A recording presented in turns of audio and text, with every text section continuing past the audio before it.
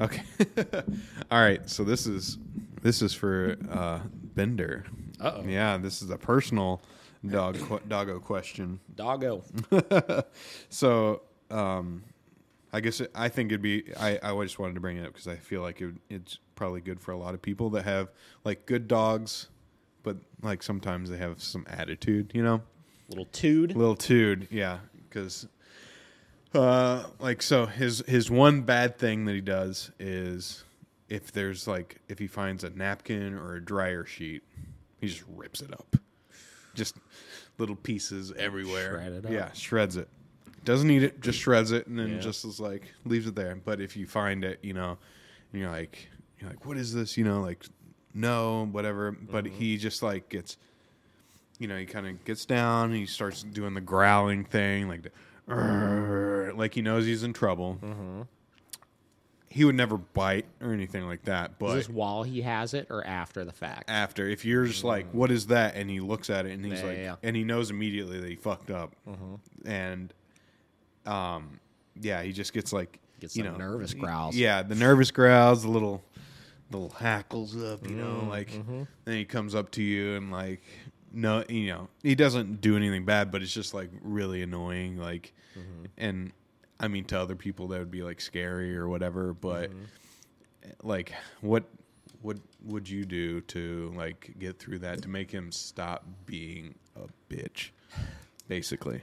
Okay, so there's two things here, right? So you're looking at the issue of the after the fact stuff. Mm-hmm. I'm looking at the issue of the behavior he's doing in the first place. Yeah. Right? So he's getting the dryer sheets, right? Mm-hmm. He's getting into pieces of paper, scraps, this, that, right? Yeah.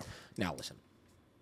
Our dogs are not perfect. They from time to time get into shit. Fucking Waffles likes to go, and every now and then he'll take a little bite out of the dirt in our fucking plant, right? Like just like dumb shit like that. Right? Yeah. There's all sorts of miscellaneous little things, right?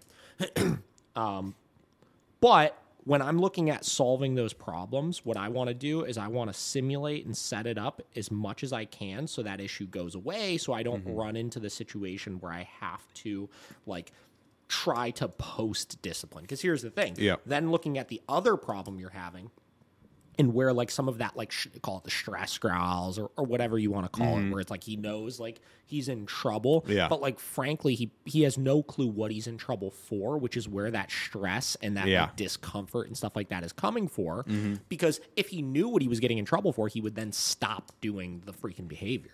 You know what I mean? Yep. So we get frustrated sometimes when it's like we see the dogs did something and it's too late to correct for it, but we're still pissed off and we're like, what the fuck did you do? Why would you do that, right? And we just create all of this emotion and energy in the moment. And if we have a dog like that, or if I try to do that with Vinny or something like that, same deal. They would get really uncomfortable and then just be like, the fuck, dude? Stop it. Is kind of how I interpret that. You know what I mean? Where, like you're saying, he's not going to bite you. He has no interest in doing that. Yeah. It literally is just a weird stress quirk that they show. Yep. Because in the moment, they're frustrated, they're confused, they're getting in trouble for something they don't know what they're getting in trouble for. We talk about anxiety or fear aggression and all of those things. And what really is what's causing it is the fear of the unknown, right? That's what anxiety is a dog that fears what they don't understand. And in that moment, because he doesn't understand, you're tapping into this kind of fight or flight mentality of I don't know what's going on, but there's a lot of negative energy being projected towards me right now. And I'm feeling like I should kind of get a little defensive over it. Yeah. You know? So I would be looking at solving the actual problem and simulating that and setting that up as best as you can. And then in addition to that, obviously, in those after the fact moments, and listen, I get it, right? There's times, same deal. I catch my dogs do something after the fact and it's oh, you motherfucker, Yeah. But there's nothing you can do about it, right? And you got to just live to fight another day with it. Gotcha. Okay. Know? Yeah. But, set those things up. I'm a big proponent of, if I'm noticing a consistent issue like that, that's something that's happening, out of my sight all the time, man, do I try to, really nip that in the bud as best as I can by, start practicing. I see people talk about this a lot with, food, dogs that steal food and stuff. Once a day or twice a day, go in your kitchen, grab something you don't really care about that's like food, and just like throw it on the ground and wait for your dog to go for it and correct him for it. Yeah. Actually, talking about TikTok, right? We got an interesting question on TikTok the other day, right, from somebody, and she has a daughter, right? It sounds like a daughter that sits in like a high chair and eats and whatever, you know. And the daughter like dropped a piece of food on the ground because that's what kids do. They're typically messy eaters. You know? Both of her dogs went for the food, and it triggered like a really big dog fight, right? And like one of the dogs was little, one was a little bit bigger, one of them got injured from the dog fight, this, that. Wow. And she was like, what do I do, right? And I was like, the problem is not the fighting necessarily, right? Obviously, that's the symptom of what the problem is. We don't want the dogs to be fighting with each other. But the problem is this lack of impulse control of like, why do your dogs feel like if a piece of food falls on the ground, both of them should just go and charge for that food? Yeah. That's going to result in the dog fight.